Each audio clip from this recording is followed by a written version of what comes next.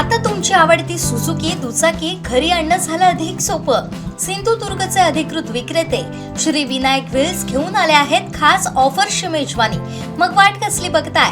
आजच आपल्या स्वप्नातील राईड बुक करा. पत्ता प्लॉट नंबर 92 MIDC तालुका कुडाळ जिल्हा सिंधुदुर्ग. कुडाळ तालुक्यातील पिंगुळी येथील पाझर तलाव संवर्धनाचा प्रश्न आता ऐरणीवरती आलाय. तलाव क्षेत्रात होणाऱ्या गृहप्रकल्पामुळे भविष्यात जलस्रोत बाधित होण्याची शक्यता निर्माण झाली असून या विरोधात ग्रामस्थांनी प्रशासकीय लढा उभारण्याचा निर्णय घेतला आहे.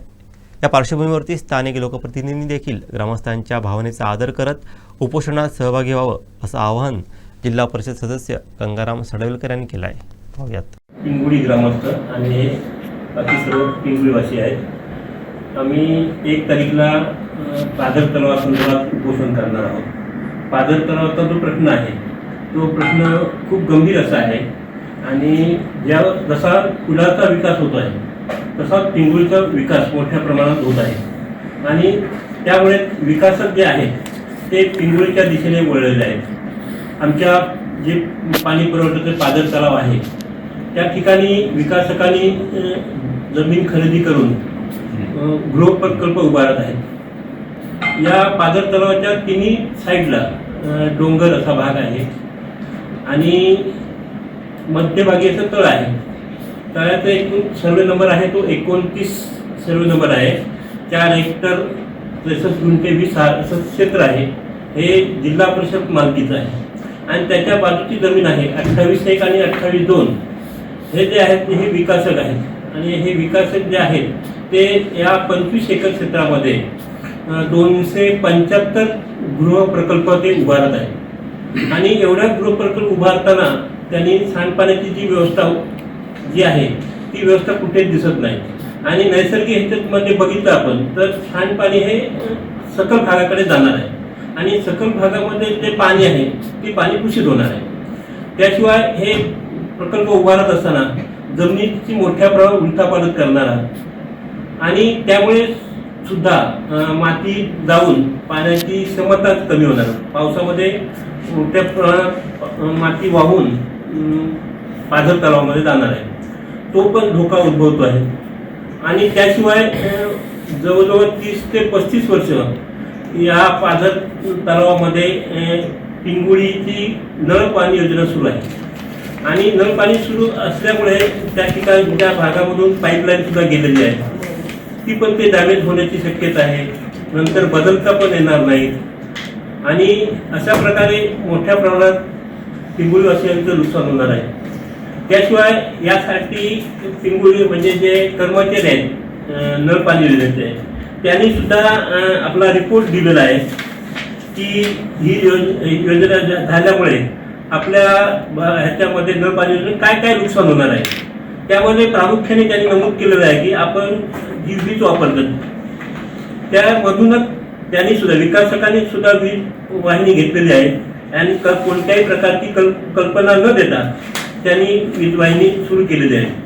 त्याशिवाय विकासकांनी आपण ह्या करतेवेळी पिंगुळी ग्रामपंचायत नळ पाणी योजनेची जी पाईपलाईन आहे ती पाईपलाईन सुद्धा उघडी पडलेली आहे आणि पावसामध्ये त्यांनी खोदकाम केल्यामुळे जी माती आहे ती पावसामधून वाहून जाऊन तळ्यामध्ये जाणार आहे आणि तळ्याची पाणी साठवण क्षमता कमी होणार आहे.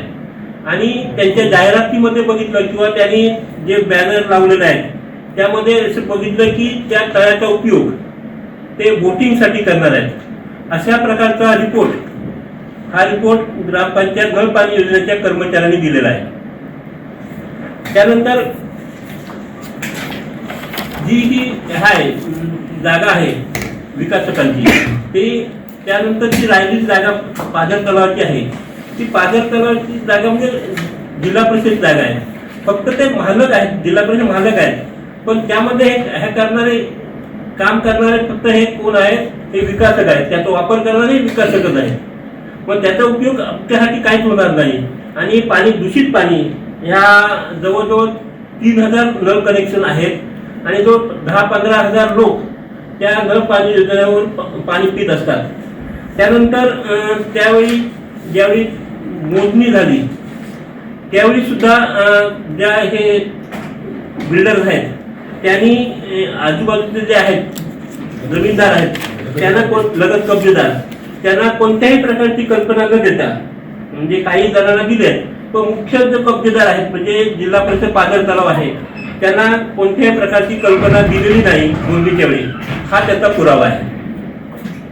कोणत्याही प्रकारची कल्पना दिली नाही किंवा मोदी यांच्यामध्ये जिल्हा परिषदच्या नावावर लपाच्या नावावर जे आहे पाझर तलाव आहे त्यामध्ये त्यांनी मोदीमध्ये त्यांना सहभाग करून घेतलेला नाही.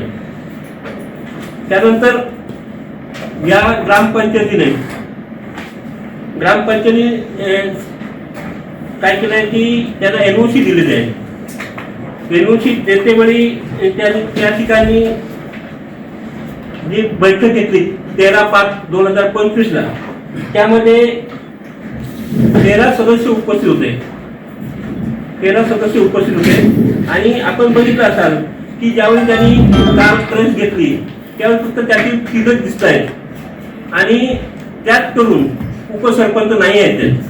आणि ज्यावेळी एनओसी दिली त्यामध्ये सूचक अनुमोदक नाहीत, हा घ्या त्याचा पुरावा. सूचक अनुमोदक नाहीत आणि अशा प्रकारची जी एनओसी दिली आहे ती ताबडतोब रद्द व्हावी अशी आमची अपेक्षा आहे.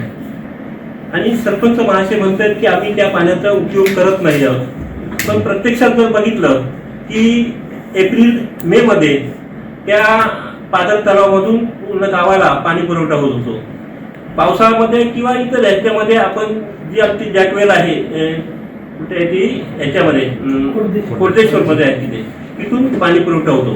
पण इतर वेळी म्हणजे एप्रिल-मे मध्ये त्या ह्याच्यामधनं पाझर तलावामध्ये पाणी पुरवठा होतो.